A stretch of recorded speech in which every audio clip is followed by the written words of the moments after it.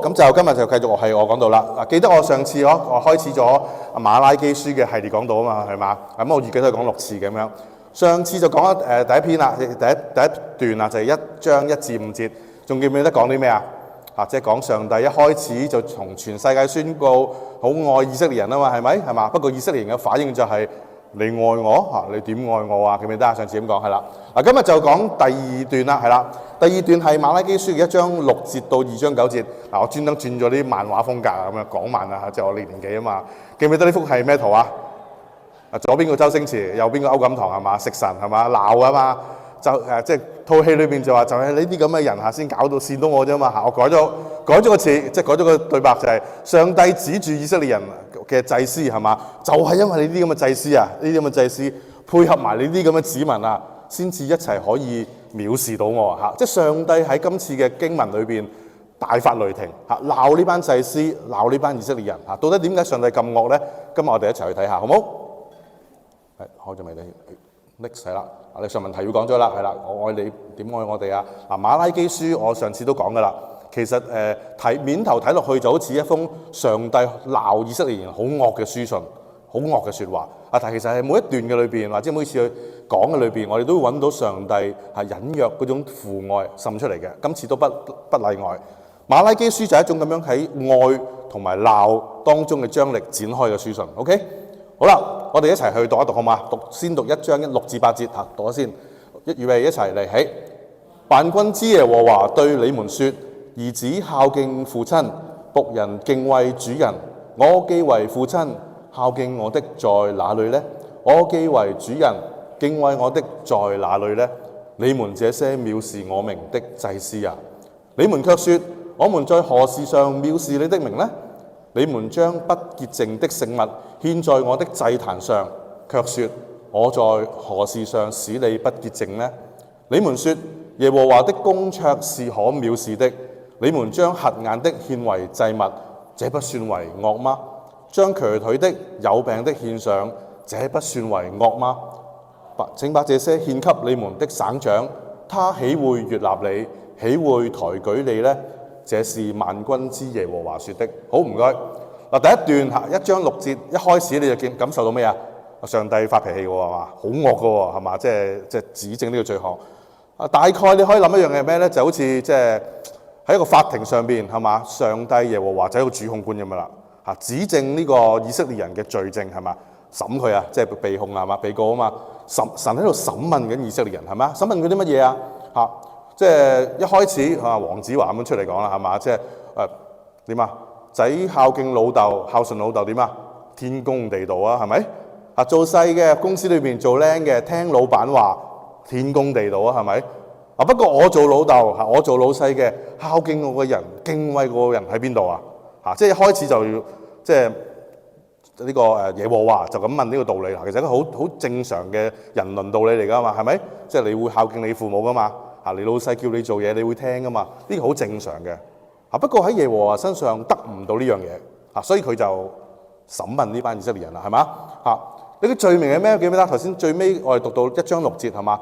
呢個時候當佢講完呢番道理，一個擰轉頭係咪？一個 X 咩？靈動 X 啊？冇睇嗰條片啊？即係翻去睇下咩啊？即係唔係靈動 X 咁擰頭啊？即係一就掘住嗰個祭司係嘛？就係你藐視我就係你去藐視我係嘛？你嘅罪名就係藐視我啦。跟住即係佢耶和華繼續好清楚講明乜嘢罪？點解你覺得即係點解你係藐視我咧？就係你將呢啲唔乾淨嘅嘢擺喺我嘅祭壇上邊。呢個係律法上面要求嚟噶嘛？即係應該將最好嘅潔淨嘅祭物獻俾耶和華為祭啊嘛？係咪啊？記唔記得啊？呢班祭司理論上最熟悉律法嘅人，啱啱調翻轉嚟做將最唔乾淨嘅食物奉獻。你會諗一諗嘅，停一停先。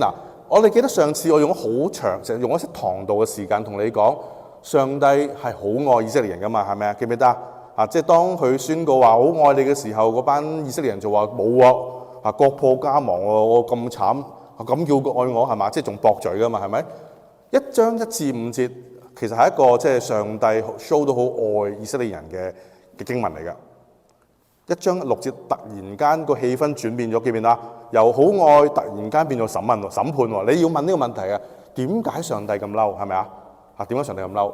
都係嘅，不過我哋即係點解上帝咁嬲咧？因為1章6節講你哋藐視，特別呢班祭司藐視我嘅名，係嘛？點解情緒有咁大轉向啊？要諗嘅喎，呢啲問題係咪？係咪上帝其實都係好情緒失控咧？上帝係咪唔好老脾咧？上帝喐啲就擊殺人咧？喺舊約裏邊嘅時候有乜印象係嘛？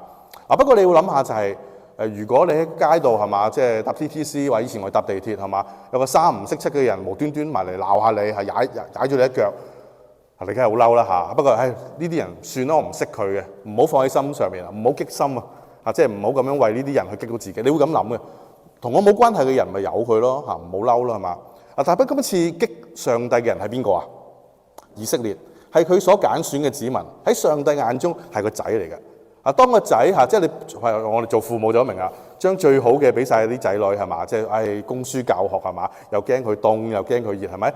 即係又要半夜起身同佢冚被，佢望到你搞咩啫？唔好阻住我啦係嘛？哇！你嗰句即係由仔女嗰句咁樣最親密嘅人嘅嗰句頂心杉嗰句説話咧，係最 hurt 嘅。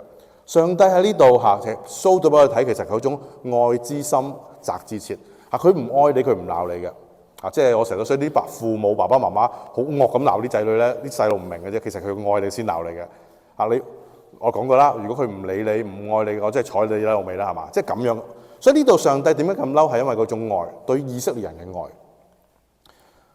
不過貫徹之中啦，即係以色列人咧喺呢個馬拉基書，甚至乎成個舊約嘅歷史裏邊咧，都係嗰種點樣啊？貫徹落實呢啲貫徹落實嘅字我哋好熟啦。貫徹落實一錯到底嘅態度係咪？蛇咬都唔認錯嘅係咪？就算係錯，千錯萬錯點樣都係你錯。啲太太係咪咁講老公嘅？千錯萬錯都係你錯，唔係嘅，唔係咁嘅，太太唔係咁樣嘅，啲老公自己覺得係咁嘅啫嚇。OK 不過以色列民就係咁樣噶啦，即係逢係上帝喺馬拉基書裏邊指責佢有咩錯嘅時候，例牌駁嘴嘅係嘛？頭先記唔記得啊？上帝話你藐視我嘅名係嘛？第一句説話，跟住佢哋點駁啊？冇啊！我點藐視你啊？我喺咩事上面藐視你啊？冇係咪？你諗多咗啫，上帝記唔記得經文係咁講噶嘛？我在何事上藐視你嘅名當上帝話你將唔潔淨嘅嘢放喺我祭壇上邊，繼續駁嘴，點樣駁啊？我唔記得喎，所以我邊有將啲唔潔淨嘅嘢放上嚟？好似當自己冇做咁樣噶。呢班就係以色列人啦。喺舊約裏邊，喺馬拉基書裏邊嘅以色列人就係咁樣噶啦。千錯萬錯都係上帝你嘅錯。你俾我有飽足，你幫我國富家強，你俾我腰纏萬貫，我唔會咁樣噶。即係佢哋嘅想法係咁樣嘅。所以喺第8節裏邊佢俾咗個省長測試佢哋即係佢話上帝話你試下將呢啲又跛有殘嘅嘢唔好送俾我啊，送俾你個省長德福啦送俾你個特首啊，你估佢收唔收啊？即係上帝用好簡單嘅道理就駁斥佢哋噶啦。呢啲咁嘅有殘缺嘅嘢，你唔好話送俾神啦，你送俾你嘅老細你都唔會啦，係嘛？即係我哋又諗下又係就嚟農曆年咯，拜年咯。即係你會唔會即係你譬如買咗罐藍罐屋企，原來多倫多有得買嘅即係而家中超好多都唔係好貴 ，OK 嘅都個味一樣嘅。去拜年係嘛？探阿 Pastor Jackson 去牧師噶啦，咁攞住俾個女啦，幫我捧住個月餅藍罐曲奇係嘛？阿女啵一聲跌咗落地，跌到碎晒。咁你會點啊？我哋咁熟唔緊要啦 ，Jackson 食啦你咁樣唔會噶嘛？即係你拜年唔小心跌爛個藍罐曲奇碎晒，你都喳臨買個罐啦係嘛？點解你會咁做啊？咁樣即係你唔敢因為你會怕失禮係咪啊？你會怕冇面，你怕對方拒絕，你會怕對方覺得你唔尊重佢係咪？又俾啲即係問下啦，有冇啲弟兄姊妹嚟緊要結婚係嘛？男仔要去見外母㗎，即係第一次見家長咧，你會買好多禮物上去㗎嘛係咪？你去果欄執嘅生果都係最靚嘅，你唔會執啲爛橙爛菠蘿咁樣係嘛？個籃一掀開，哇個仔發毛嘅，你唔會㗎，點解啊？哇咁個女唔嫁俾你㗎咯係嘛？你對人你會識得咁做㗎，你會識得體面㗎係咪？對人係唔敢怠慢㗎，但係呢度講嘅以色列人點樣啊？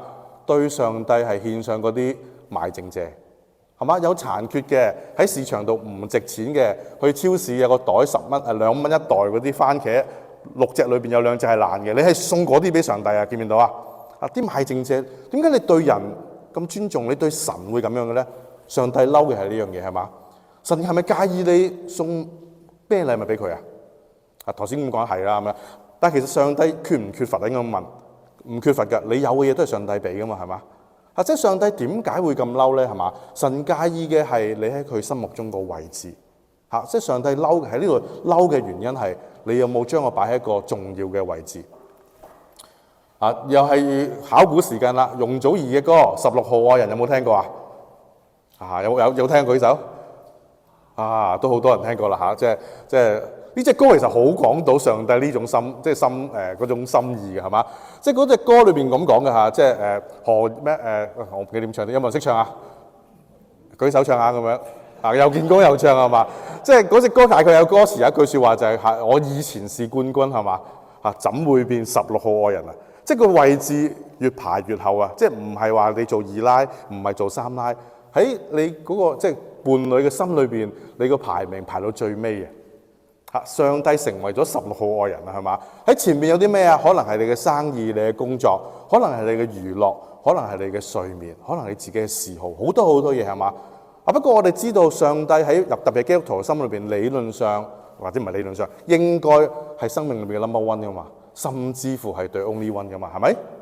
冇異議啊呢件事係嘛？但係而家喺馬拉基書嘅處境裏邊，上帝喺以色列人心裏邊成為咗第16號愛人，成為咗個後備胎嘅後備胎。你喺個車裏邊都唔知幾時會攞出嚟嘅。你明白？即係上帝嬲嘅係點解我會成為咗一個即係最不喺生命裏邊最無關重要嘅嘢？你會問嘅，即係我哋可以自己審視下嘅。你有冇即係祈下禱啊？查下聖經啊？同上帝有啲關係，即係靈修下咁樣㗎？有冇㗎？有嘅，幾時做㗎？瞓覺前就真係刷好牙、洗好面啦，即係個人乾淨晒，幾潔整嘅，幾聖潔。臨瞓前咪祈下禱咯，係咪啊？不過主啊，下一句你就冇意識㗎咯。即係好攰啊嘛，我哋好攰啊，係嘛？即係你用啲咩時間俾上帝咧？嗬，即係你可以諗嘅喎，你自己諗下係嘛？我明嘅，即係我都想同我同大家都一樣嘅，我都係會咁樣臨瞓前同耶穌祈禱嘅。主啊，今日真係咧。跟住就冇咗啦，就冇有然後啦，係嘛？喂，係啊，現代人好攰噶嘛，大家知道我故事咗。今年1月開始，我返2份工啊嘛，係咪？即係今日呢度唔係工啦，即係今日喺度服侍上帝啦，講道啦，準備 PowerPoint 啊，準備啲講章咁啦。1至5我要返 office 嘅，係嘛？即係我用翻阿 Murphy 上個禮拜講係嘛？即係你1至5朝9晚6，甚至乎朝9晚9係咪啊？你未有車嘅搭 TTC 翻屋企，企喺嗰個即係巴士站吹。哇！真係吹完翻屋企都即係唔想做人啦，係嘛？係好凍嘅，好啲有車嘅係嘛？我明啦，即係你呢2個禮拜好大雪㗎嘛？有冇人今2個禮拜要揸車即係經過啲好大嘅風雪啦？就好似阿 Murphy 上個禮拜講啦，係嘛？經過嗰個濕滑嘅司機係嘛？嗰條粗心大意嘅404公路係咪？翻到屋企嘅時候已經7點幾啦。哇！你仲有冇精力去諗即係我要服侍啲乜嘢啊？我要上帝嘅話語啊！你真係散晒嘅。係嘛？即係體會嘅，上帝體會呢樣嘢㗎。不過上帝挑戰或者問緊我哋嘅一個問題就係：當我哋咁樣嘅時候，我哋奉獻俾上帝嘅嘢，仲係咪最好咧？即係我哋會同上帝講：主啊，我已經盡晒力㗎啦，求其收啦。我都有翻嚟崇拜啦，你仲想我點咧？係嘛？呢啲係咪你嘅心聲啊？梗係領頭啦，係嘛？即係飛啲音嚟㗎嘛？你梗係領頭啦，係嘛？不過上帝講嘅係你俾我嘅。係唔係？即係上帝唔係要揸乾你嘅，唔係喺你好繁忙嘅 schedule 裏邊再叫你俾多啲嘢。上帝係問喺一啲事情上邊個 priority 嗰個次序係唔係可以做一啲調配咧？即係上帝喺你心裏邊係唔係嗰個我叫廚餘回收箱咧？食剩攆剩好似仲有少少肉掉咗垃圾桶又嘥喎，就攞嚟奉獻咧？點解咁講咧？即係。俾個 concept 大家即係我哋其實要上帝唔係要你 do more， 唔係要你做多啲嘢。記住，即係我哋好時候一聽到牧師傳道講係嘛，你要為上帝去做嘅時候，嗰啲經文即刻出嚟㗎啦。邊句啊？你要盡心盡性盡意盡力係嘛，愛你嘅主你嘅神，你就會譯成就係命都唔要都要服侍下。我哋唔係咁樣嘅。因為聖經裏邊或者耶穌都講過係嘛，對住窮寡婦佢就儘管好少嘅2個小錢，只要個寡婦係願意擺上嘅，上帝都悅納。上帝要嘅唔係喺你好疲倦嘅身軀裏邊再揸取更多，上帝嘅要係你將佢擺喺生命裏邊嘅最重要嘅位置。神明白人嘅勞苦㗎，我哋唔好詆毀上帝啊！成日覺得上帝好要我哋做好多嘢，唔係咁樣㗎。上帝好明我哋勞苦知道我哋需要休息係嘛？點解有安息日？記唔記得講過啦？並非苛求我哋獻上我哋一切，唔係咁樣嘅。上帝憤怒嘅原因係我哋將最好嘅俾咗世界先。記唔記得？如果老細叫你開 OT 趕 proposal， 你有冇得 say no 㗎？可以 say no 嘅請舉手。我真係一個都冇喎。喂，嗰度請唔請人啊？建哥即係佢可以 say no 嘅話，大部分嘅人老細叫你開 OT proposal， 你不能 say no 係咪？當你好疲倦嘅時候你覺得已經喐唔到啦，街坊叫你不如出去食飯咯，不如唱卡拉 OK 得，你去唔去？去嘅請舉手。我會去嘅係嘛？即係儘管好疲倦係嘛，你都會去嘅。但係翻教會咧，好攰啦即係我唔係唔翻，即係遲咗翻係嘛？即係 Candy 咁樣，即係見到你哋啱啱，你真係好啦，啱啱出現係嘛？即係當上帝即係你翻教會嘅時候，你要見一個好重要嘅人食飯，你唔會遲到嘅，你會早到嘅。但係翻崇拜咧即係我都湊住個仔係嘛？我好攰㗎啦，遲少少唔緊要啦。上帝問緊你有冇將佢擺喺你心目中裏邊最重要嘅位置？你老細 OT 你照做，朋友聚餐唱 K 再攰都冇問題。唯獨仲有一個例子啦。頭先講我哋翻工㗎嘛係嘛？放到翻7點幾翻到屋企，你老婆坐你隔離，喂，幫手打掃下得唔得啊？你會呢個時候你會點講啊？男士們，我好攰喎，真係搞唔掂喎，真係好攰。咁好啦，老婆就唔理你啦，你休息下啦嘛。轉頭你會去邊啊？轉頭你就會 online， 然後同你啲 friend 打機打到興高采烈係嘛？有冇弟兄係咁樣㗎？懺悔嘅時候啦即係懺悔嘅時候冇啊？即係有嘅，好少嘅見到啦，放低手係啦，我唔會捉你出嚟嘅。係啦，我想講嘅就係我都係咁樣嘅，即係我都會係即係好攰係嘛，好想打機嘅。你估你老婆見到咁嘅情況？佢會有咩反應？叫你洗隻碗你冇力喎，打機打4-5個鐘頭你冇停過嘅喎，係咪啊？佢嬲你嘅唔係即係你攰啊，佢嬲你嘅係一啲重要你擺喺我心目中嘅地位，呢個家庭喺你心目中嘅位置，你點樣去擺係嘛？就係所以弟兄們即係我都想講，我都係一個打咗幾十年機嘅基佬嚟嘅 ，OK？ 我好明白你哋嘅即係心情嘅。不過我而家喺屋企裏邊咧，我都會做晒家務等啲老婆仔女瞓晒覺咧，我先自己打嘅即係可以繼續打。不過個 priority 係好重要㗎。記住上帝唔係要你揸乾你上帝要你擺翻正個 priority。乜嘢係做先得唔得？上帝嬲嘅呢樣嘢，唔係體力嘅問題，係位置嘅問題。記住呢件事。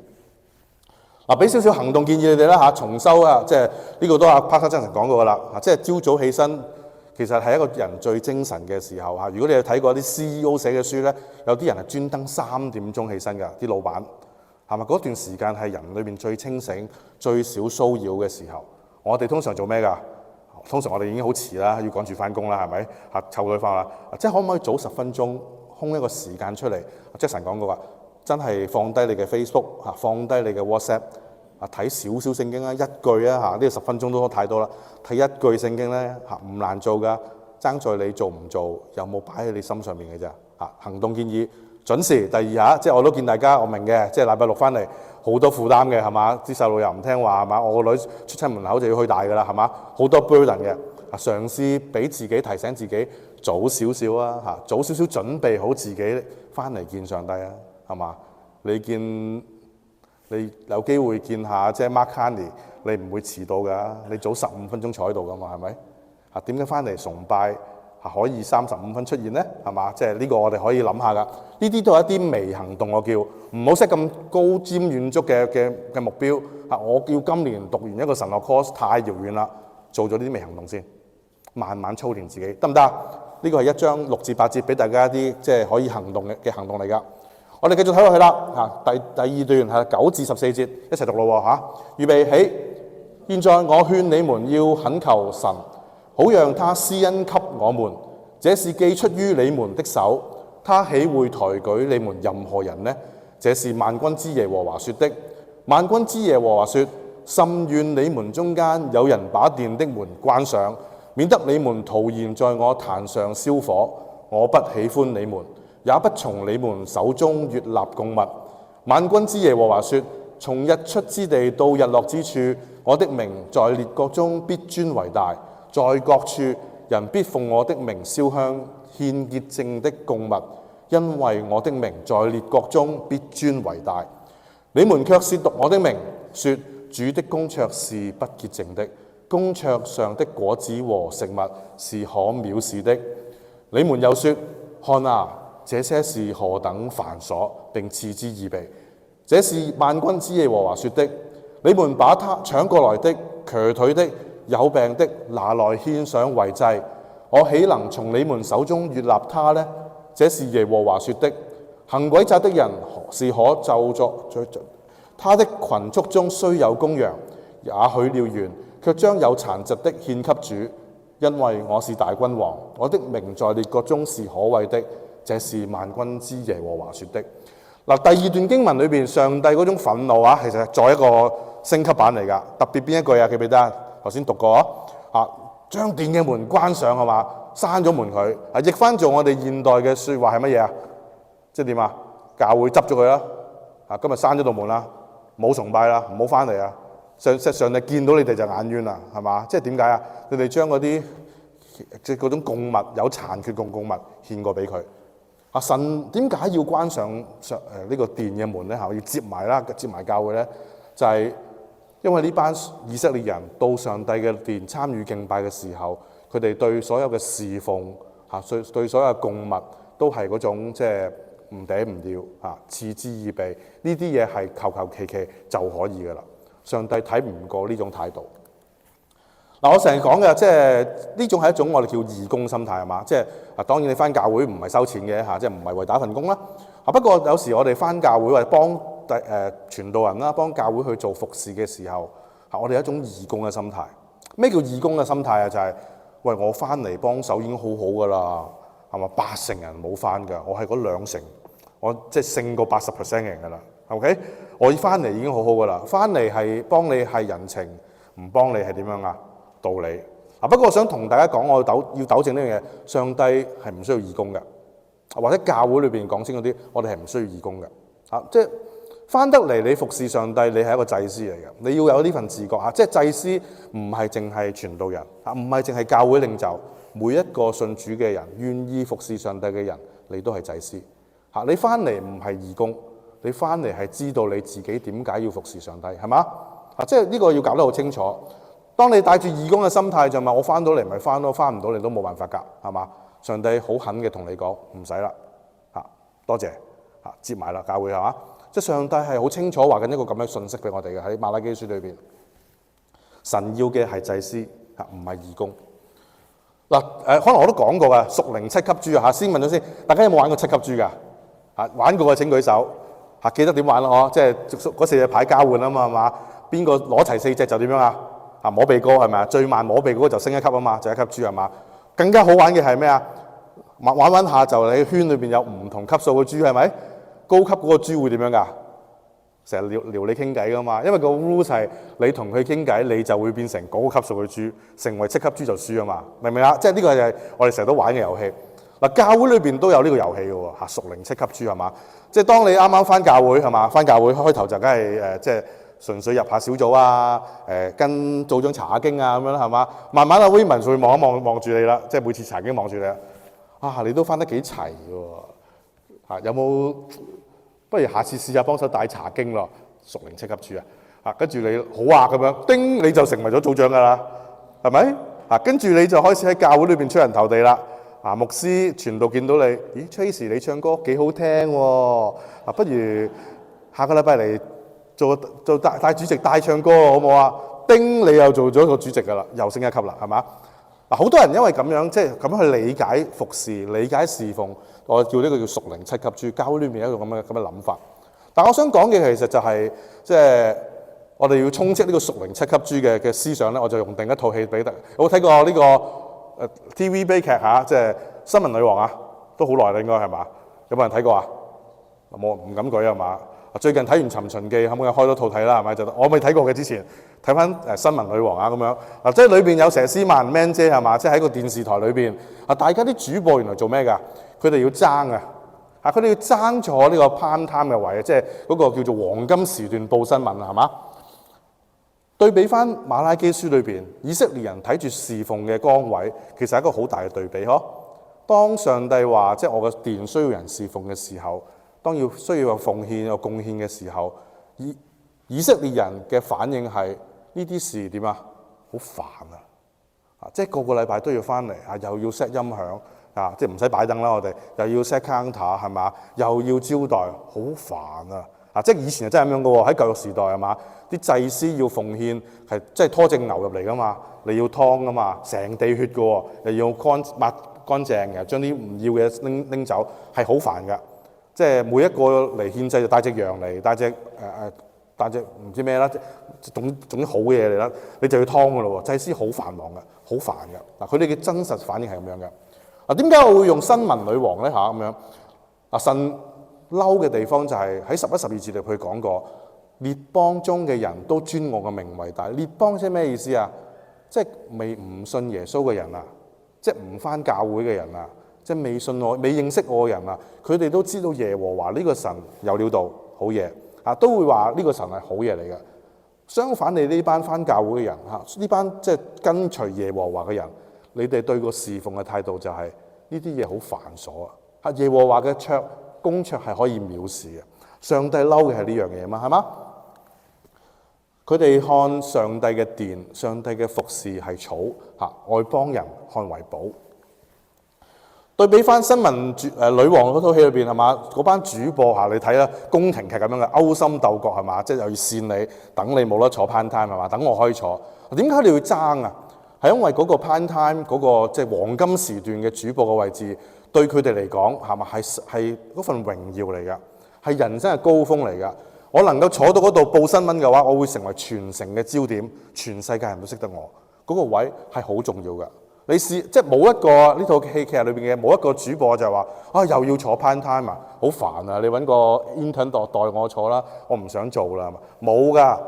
新聞女王裏邊嘅主播對嗰種 prime time 嗰個位好緊張㗎，捍衛㗎，呢個位係我㗎，唔可以俾第二個做㗎。有時我哋做基督徒或者喺教會服侍裏邊，我哋真係缺咗呢份火即係對服侍就係咁咯，就 OK 啦，日都咁溫㗎啦。我哋有冇呢份火咧？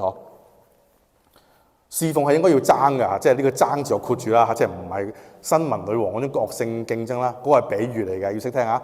比喻唔會絕對等於即係個教導㗎，讓你明白係要。不過侍奉係要爭嘅，係要爭取嘅，佢要 ready 好自己向上帝講我想做係嘛，然後求上帝俾啲機會你做係咪？實況就係有時我哋真係會咁樣㗎，是但啦，好煩啊，唔做啦係咪？即係我哋會咁樣嘅。以色列人嘅問題點解會有種義工心態去做服侍咧？就係佢忘記咗呢位上帝係邊個。上帝喺呢段經文裏面提醒佢哋：我在列邦中，我嘅名必然被尊敬，必然顯為大。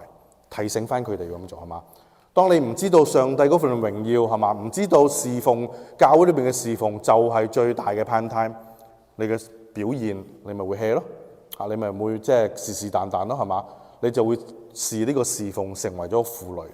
明白服侍上帝係特權嚟㗎，要求㗎。即係我成日都講，即係唔好嗰種我在這裏係嘛，請差遣他，即係嗰種説法係嘛，成日都係唔好搞我啦我喺度翻嚟整好好啦，唔得㗎，基督徒唔可以咁樣㗎。你喺翻教會越耐，你要成長㗎，你要對自己有追求㗎，因為上帝看你為兒子，佢對你係有期望㗎。好，咁呢個第二個咯侍奉嘅心態，最尾啦，讀埋最尾少少啦，我哋要食飯啦今日要好，馬拉基書2章1至9節我一齊讀，預備起。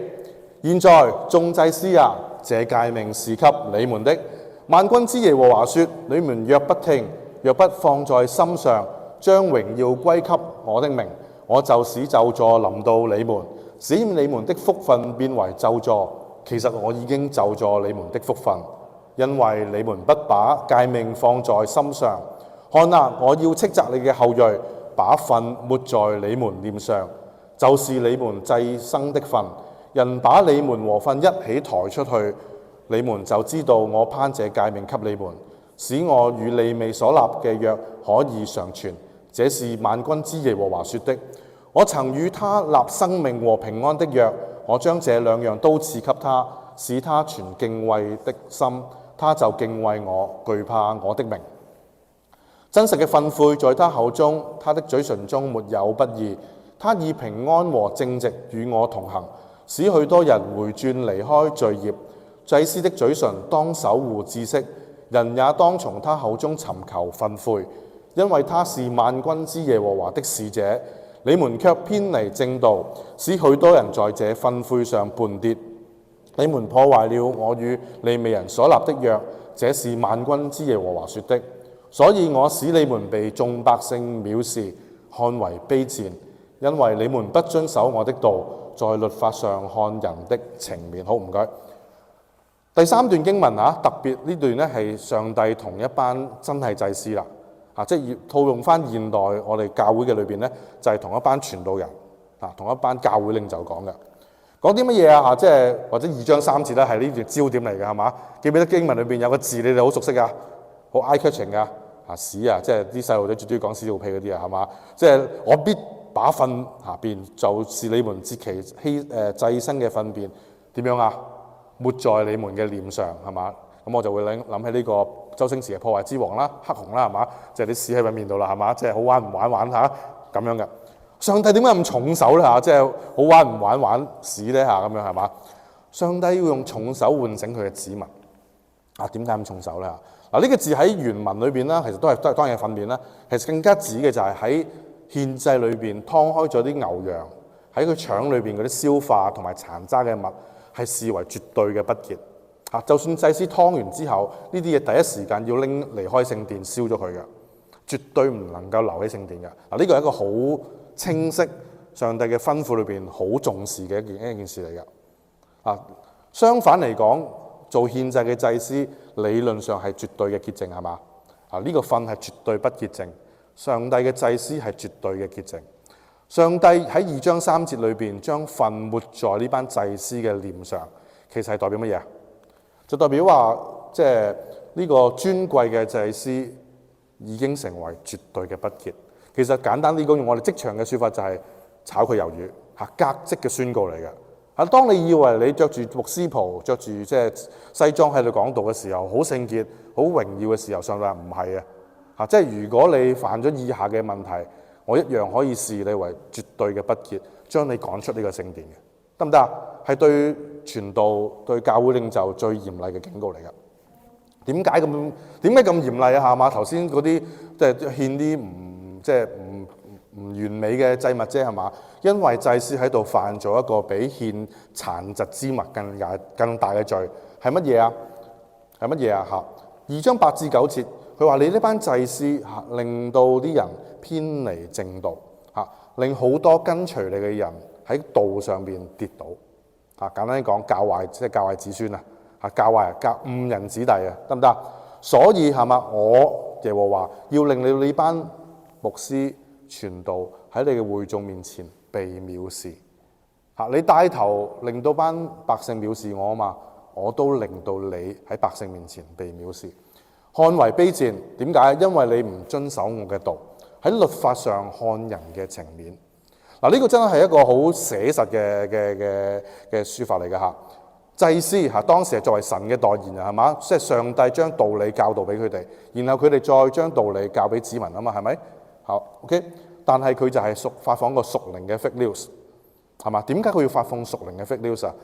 佢就要睇下呢個嚟嘅人，佢嘅權、佢嘅勢係咪即係有權有勢嘅人？有嘅話，唔緊要嘅即係上帝見你奉獻咁多會對你即係格外開恩嘅。上帝冇咁講過啊，係咪啊？上帝唔會因為嗰個人喺地上嘅權勢格外開恩啦，係罪就係罪噶嘛，啱唔啱啊？即係獻祭贖罪嘅時候，你依然要跟翻規矩嘅喎，唔係因為你個銀包厚你就可以揦西啲嘅喎。唔係因為我獻隻最大嘅羊，不過我唔嚟啦，我求其唔跟規矩啦，是但啦，唔係咁樣嘅喎，律法書上冇咁寫嘅喎。呢班祭司體貼人嘅意思，唔體貼上帝嘅意思，係嘛？耶穌基督都咁鬧噶嘛，所以佢犯咗一個比獻一個殘疾嘅祭更大嘅罪，佢帶頭令到呢班子民藐視上帝。見唔見到啊？上帝就喺呢度鬧緊佢哋啦，係對我哋一個好大嘅警告嚟嘅，係咪？不過我想講嘅去到最尾啦，馬拉基書係一個好似好嚴厲嘅書信，但係每一段嘅裏邊，你總會揾到上帝留咗條出路俾呢班人㗎。今次一樣啦，喺2章5節裏邊鬧到中間無端端佢提一個人利未。利未係邊個啊？就係祭司嘅先祖啊，即係嗰啲我哋裝修師傅就係魯班先師啦，即係佢突然間攞翻魯班先師出嚟啊！你嘅先祖係發生咩事啊？就係原來我耶和華曾經同你哋嘅先祖立下一個生命同埋平安嘅約俾佢哋。呢兩樣我係特別賜俾呢班服侍上帝嘅人㗎，使佢哋存敬畏嘅心，他就敬畏我。你諗下鬧下交，點解突然間要提翻你阿伯爺以前同我好好關係啊？係因為呢班即係你哋嘅伯爺曾經以前好敬畏我啊，所以我賜咗呢兩個平安嘅約俾佢，係咪？神講翻呢個即係約，其實係提醒緊呢班人，我係一個唔變嘅上帝，我係不變嘅上帝。嗰份約到今日點樣啊？依然有效㗎。你想即係唔再被你嘅百姓藐視，其實有方法回轉嘅，係咪？弟兄姊妹，其實你只要唔好再做屬靈嘅 PR， 你站得講台，你站得做牧者嘅角度，弟兄姊妹有問題出事嘅話，你用翻聖經嘅説話去教佢哋，你就會得到弟兄姊妹嘅尊重，你會得到弟兄姊妹嘅敬畏，係嘛？唔好再做屬靈嘅 PR， 要單單敬畏神，將上帝嘅説話講俾佢哋聽。成日都提醒自己啊，我哋同弟兄姊妹講，我哋唔係講啲佢啱聽嘅説話，係要講一啲啱嘅説話。差一個字係好唔同㗎。同你講啱聽嘅説話，同埋講啱嘅説話係兩回事嚟嘅。做即係教導嘅崗位嘅弟兄姊妹特別要留意呢樣嘢哦。好啦，總結講咗好耐啦，我分咗3段去講啦。其實你見到第一個層次獻嗰啲有即係祭物啦，第二侍奉心態，第三你自己本身作為祭司嘅生命素質，都係指緊一樣嘢啫，就係佢哋做得唔好，藐視緊上帝，係嘛？全個故事呢段經文裏邊講一樣嘢啫，就係佢哋藐視上帝。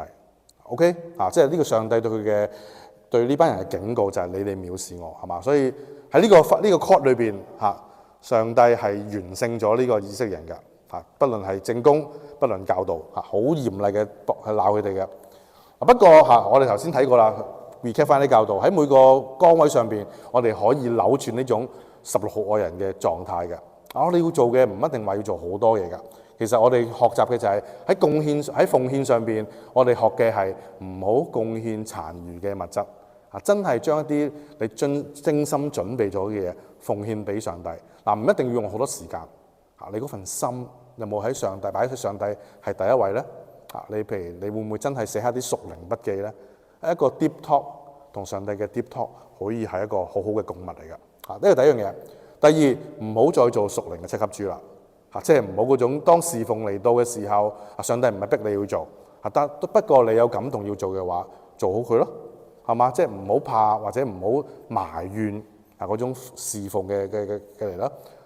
認清咗上帝喺呢個崗位上面對你有 calling 嘅，用心去做呢個就係佢個心態啦。第三，拒絕做一種屬靈嘅公關即係唔係要見人講人話，見鬼講鬼話。讀好本聖經，知道上帝嘅教導係乜嘢。弟兄姊妹需要你幫手，需要你意見嘅時候，能夠按正義分解真理嘅道，帶領佢翻去上帝身邊，呢個就係我哋嘅責任，係嘛？今日所以就講咗呢個即係馬拉基書嘅第2段啦。上帝係好重嘅説話嚟㗎，不過都係我哋嘅好適時嘅提醒咯。所以今日去到呢度，要求大家做一樣嘢，係嘛？喺你陣間我俾啲安靜嘅時間你哋喺你嘅崗位上邊，你今日自己去立志去立誓對住上帝。你將佢擺喺個乜嘢嘅位置你唔需要同人講我哋一齊有祈禱，一齊祈禱向上帝去呢個做一個選擇。天父上帝，我哋今日嚟到你嘅面前，我哋聽完馬拉基書你對以色列人嘅訓斥我哋心裏邊可能都有唔多唔少被你即係鬧到嘅地方。主求你就今日去悅納我哋嘅悔改。我哋知道真係我哋做得好多嘢不足，我哋當中有好多嘢係做得唔好，但係求你去幫助我哋。